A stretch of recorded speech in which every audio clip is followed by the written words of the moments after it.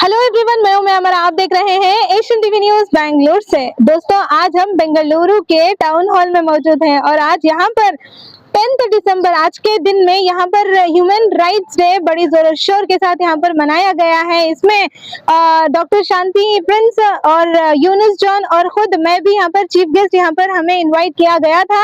आज हमारे साथ यहाँ पर ह्यूमन राइट्स के चंद मेंबरान मौजूद हैं। आइए इनसे बात करते हैं और जानते हैं। सर, सबसे पहले आप सबका हमारे चैनल में स्वागत है। Thank you. सर, तो बताइए, आज 10 दिसंबर, टुडे इज 10 दिसंबर एंड आपने बहुत अच्छी तरह से यहाँ पर ह्यूमन राइट्स डे सेलिब्रेट किया है, तो आवाम को और एशियन टीवी व्यूअर्स को आप किस तरह से मैसेज देना चाहते हैं? सबसे पहले मैं ये कहूंगा कि आप लोग बहुत मुश्किलों से इतनी बड़ी ट्रैफिक से निकलकर यहाँ पर समय पे पहुंचे, उसके लिए धन्यवाद आप लोगों को, दोनों को, एशियन टीवी दोनों को, और स्पेशली हमारे बीच में जो मेरा है और हैदर जी जो है, इन लोगों के, और हमारे बीच में जो रोशनी जी भी है।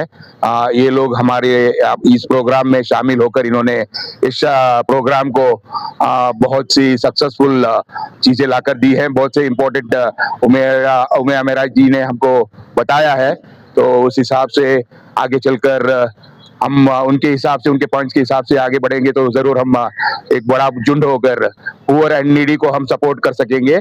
और हम सब लोग मिलके आगे बढ़ने का ही हमारा एक मोटो था और वो आज हमने पहला कदम रखा है। आगे हम जलकर बहुत बड़ा काम करने वाले हैं। Thank you. सर, जैसे कि ये ह्यूमन राइट्स डे आप कितने सालों से लगभग मनाते आ रहे हैं सर? 2012 में शुरू हुआ था बैंगलोर में, इसी टाउन हॉल में 2012 में एक बार वो इवेंट हुआ था। उसके बाद में बैंगलोर में कहीं पे भी नहीं हुआ। इसको मैंने रिसर्च करके देखा कि क्यों ना हम किया जाए इस बात को, इस काम को हम करें करके, तो फिर से ये 2025 में अभी हमने आज चालू किया है और आगे ये हर साल होता रहेगा अलग अलग जगहों पर। सर, आज का दिन में एवरीडे एसेंशियल के बारे में थीम रखा गया था, क्यों ये ऐसा? ये वर्ल्ड वाइड थीम था, ये हमारा सिर्फ इंडिया का नहीं है, ये इंटरनेशनल थीम था। क्योंकि कल भी जहाँ पर हमने कनाडा भवन में, जहाँ कबन पार्क के सामने, वहां पर एक मीटिंग बुलाया गया था यूनिवर्सिटी ऑफ लॉ के, ये उन लोगों ने सब मिलकर बैठ के हम लोगों ने बात किया कि सिर्फ हमारा उपस्थित होना बड़ी बात नहीं है, जो कमजोर है और जिनको जरूरत है उनके पास हम पहुंचे, उनके डेली के जरूरतमंद जो चीजें हैं उनको हम उनके तक पहुंचाए, यही हमारा कारण था कि इस टीम को रखने का। सर, जैसे कि हमने सुना भी है कि आपकी जो ऑर्गेनाइजेशन है ह्यूमन राइट्स के थ्रू आप आवाम को बहुत अच्छा सपोर्ट करते आ रहे हैं। लगभग कई सालों से आप सब आवाम की खिदमत में हमेशा आगे रहे हैं, तो आप आवाम को लास्ट में क्या मैसेज देना चाहते हैं? आवाम को यही कहना चाहता हूँ कि आप लोग जब भी आपको जरूरत हो ह्यूमन राइट्स के पास चले आइए। चाहिए तो हमारा नंबर हम देंगे। हम हर 3 महीने में या फिर 2 महीने में एक बार नॉर्थ, साउथ, ईस्ट, वेस्ट और सेंट्रल में जनता बाजार करके एक रखेंगे। उस जगह पर उस टाइम पे अपने अपने कंप्लेंट्स को लेके आइए। हम आपके कंप्लेंट्स को लेके गवर्नमेंट की तरफ से आपको क्या सुविधा चाहिए, क्या हल होना है, वो हम करवा के देंगे। हम ऑफिसों में हम जाकर हम खुद करवा के देंगे। I am Shanti Prince and I am a district president of human rights in Bangalore. So ma'am, what you'd like to tell the viewers about today's 10th December Human Rights Day celebration is going on in full swing now. What you'd like to say, your message ma'am? This is nothing but the human rights where we can call it. There are a lot of things the government is doing, but as we wanted to just bring that all the schemes what the government is bringing out to the public, to the awareness of the people.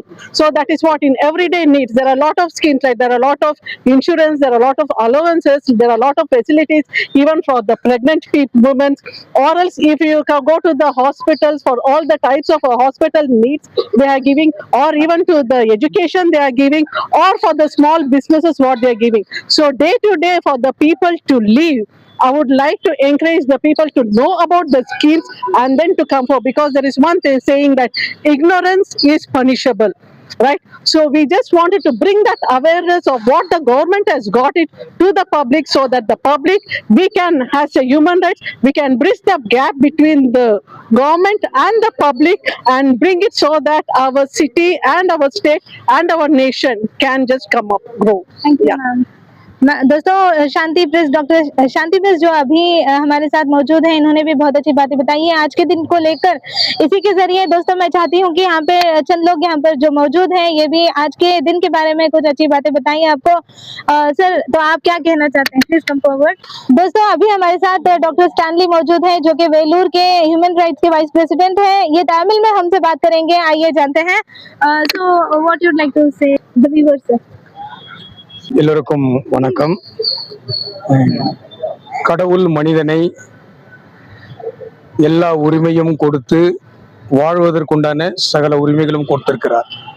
அந்த உரிமைகளை ஒவ்வொரு மனிதனும் சமமாக பெற்றுக்கொள்ள வேண்டும் என்பதுதான் இந்த மனித உரிமையுடைய நோக்கம்.